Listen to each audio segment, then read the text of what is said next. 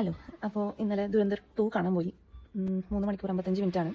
പക്ഷേ അത്രയും സമയം നമ്മൾ തിയേറ്ററിൽ ഇരുന്നു എനിക്ക് പേഴ്സണലി ഫീൽ ചെയ്തില്ല. നല്ല സിനിമയാണ്, നല്ല എൻഗേജിങ് ആയിട്ടുള്ള സിനിമയാണ്. ഫസ്റ്റ് പാർട്ടിൽ നമുക്കുണ്ടായിരുന്ന എല്ലാ ഡൗട്ട്സും ഇതെന്തുകൊണ്ടായിരിക്കും എന്നുള്ളതിൻ്റെ എല്ലാ ഉത്തരവും ഇതിനകത്ത് തന്നിട്ടുണ്ട്. ഇനി ഒരു ഉത്തരം തരാണ്ട് വിട്ടുപോയിട്ടില്ല. പിന്നെ ദയവ് ചെയ്ത് ആരും എണീച്ച് പോകരുത്, അവസാനം വരെ ഇരിക്കുക. ലൈറ്റൊക്കെ ഓണായാലും ആരും എണീച്ച് പോകരുത്.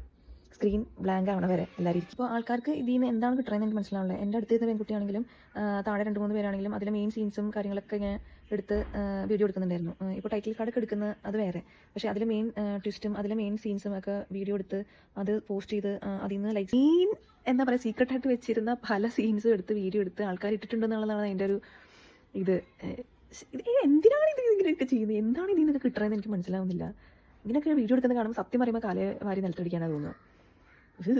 പരമാവധി ഇന്നോ നാളെയായിട്ട് കാണാൻ നോക്കുക, ശ്രമിക്കുക. കാരണം പിന്നെ കണ്ടിട്ട് കാര്യമുണ്ടോ എന്ന് എനിക്കറിയത്തില്ല. ഫുൾ ഇൻസ്റ്റാഗ്രാം ആണെങ്കിലും യൂട്യൂബിലാണെങ്കിലും തുറന്നു കഴിഞ്ഞാൽ ഇതിൻ്റെ സീൻസ് തന്നെ ആയിരിക്കും. കാരണം അതിൻ്റെ ആ ഒരു ത്രില്ലിങ് എഫക്റ്റ് പോയാൽ പിന്നെ സിനിമ കാണുമ്പോൾ നമുക്ക് ഇത് ഈ സീൻ ഇനി അടുത്തതായിരിക്കും